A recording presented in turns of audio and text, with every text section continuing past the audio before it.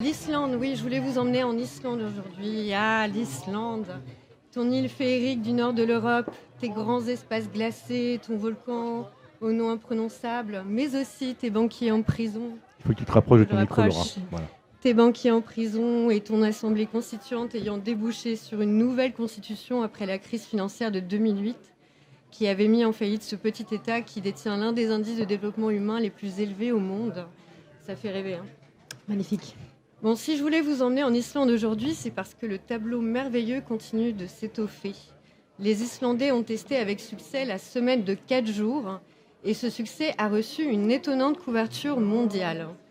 Donc pendant 4 ans, de 2015 à 2019, 2500 Islandais se sont vus proposer de travailler 35 heures sur 4 jours sans diminution de salaire. L'idée avait été lancée par la mairie de la capitale Reykjavik et le dispositif a été testé dans l'administration publique, les écoles, les hôpitaux. Les enseignements ont été les suivants. Sur la productivité tout d'abord, puisque c'est ce qui préoccupe le plus les sceptiques de la réduction du temps de travail, eh bien la productivité n'a pas baissé.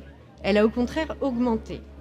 Mettre en place une semaine raccourcie a en effet nécessité une nouvelle organisation pour les structures participantes, fini les réunions à rallonge et les tâches inutiles. Rien que ça, et vous parvenez, dans les secteurs où cela est possible, de réduire le temps de travail sans perte de productivité. Un autre enseignement qui, cette fois-ci, nous préoccupe davantage, il faut bien le dire, c'est l'augmentation du bien-être des salariés.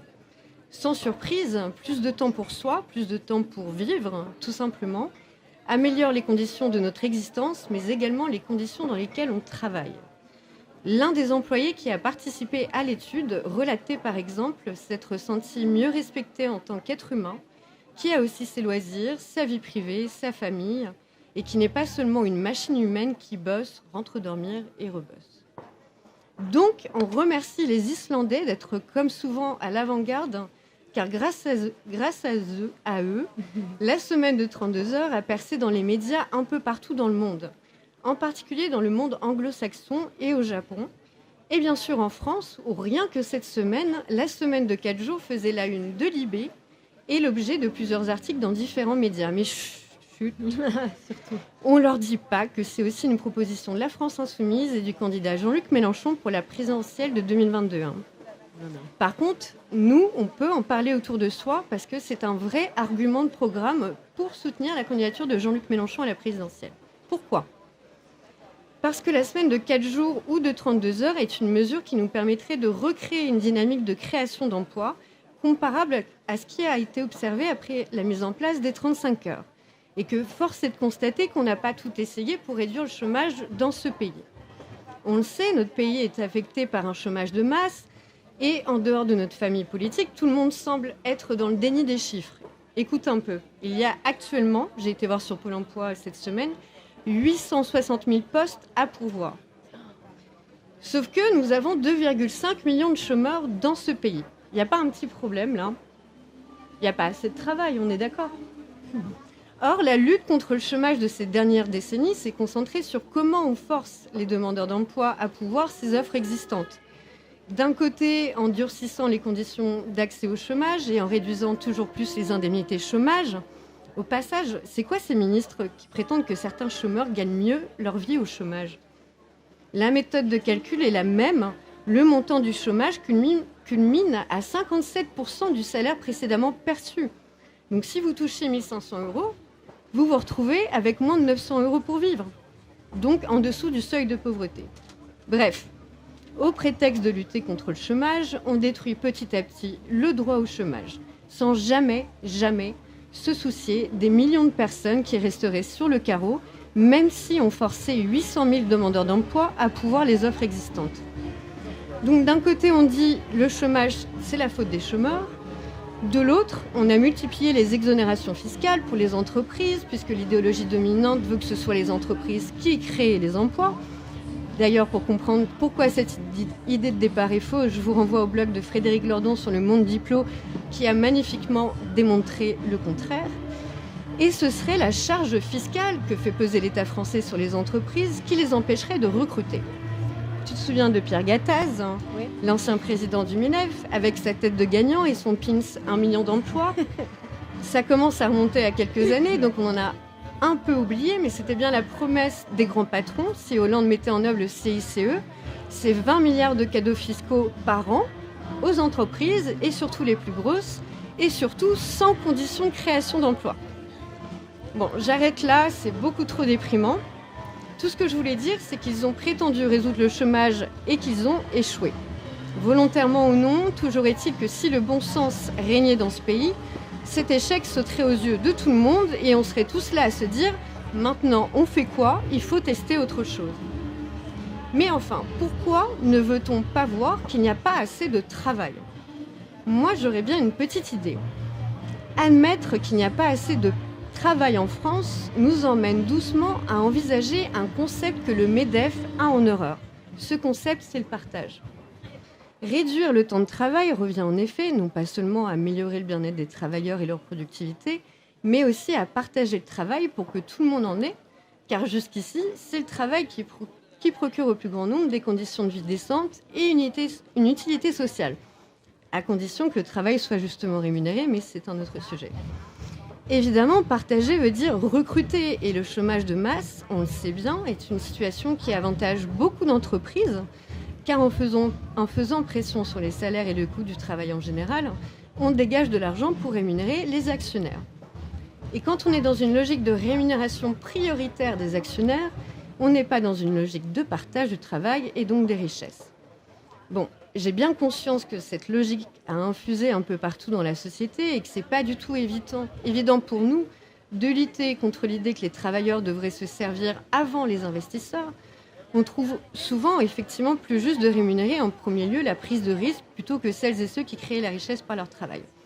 Mais, il y a un autre argument massu qui profite à la semaine des 4 jours. C'est l'écologie. Je ne m'y attendais pas moi-même, mais il faut croire que toutes les mesures sociales de bon sens sont vertueusement liées à l'écologie. En l'occurrence, c'est une étude anglaise qui le met en évidence. Je vous disais tout à l'heure, la semaine des 4 jours, comme on a pu le voir cet été en France, a vraiment percé médiatiquement dans le monde depuis les conclusions de l'expérience islandaise, en particulier dans les pays anglo-saxons. En Nouvelle-Zélande, par exemple, c'est clairement une piste de relance économique post-Covid pour la première ministre progressiste Jacinda Ardern. Et en Angleterre, un think tank a mené une étude très sérieuse pour le compte d'un collectif qui défend la semaine de 4 jours en Angleterre et qui montre que l'instauration d'une semaine de 4 jours réduirait les émissions de carbone du Royaume-Uni de 127 millions de tonnes par an, soit pas moins de 20% des émissions totales du pays. Pour vous donner un ordre d'idée, c'est comme si on supprimait les émissions de 27 millions de voitures. C'est étonnant puisqu'on pourrait se dire que les émissions augmentent avec l'activité. S'il y a moins de chômeurs, ça veut dire plus de travailleurs, donc plus de trajets en voiture. Mais non, quand on fait le calcul, les travailleurs supplémentaires et donc leur trajet ne viendraient pas remplacer à eux seuls les émissions sur une seule journée de toute la population active.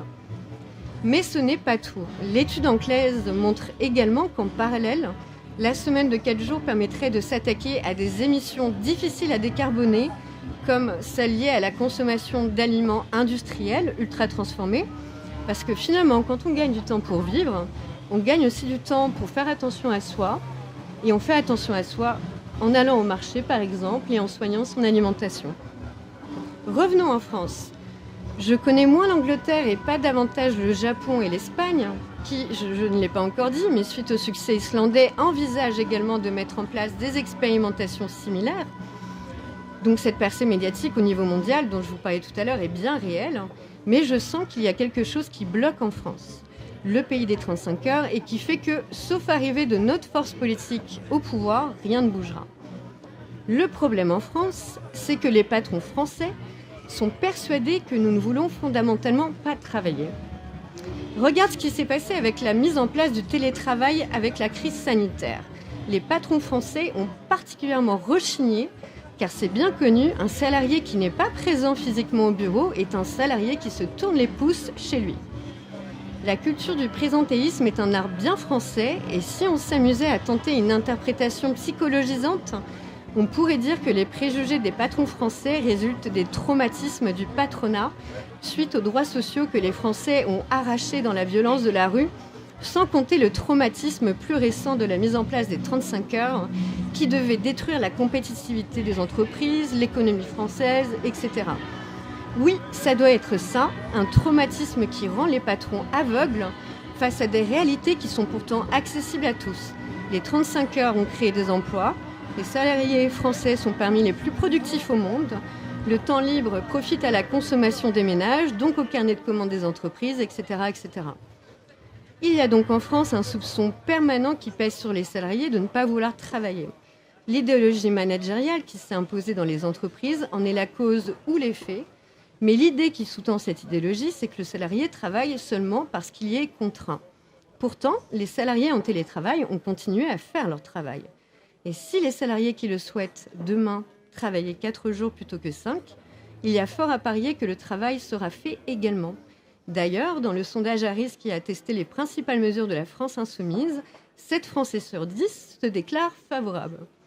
Alors vive les 32 heures et que viennent enfin les jours heureux.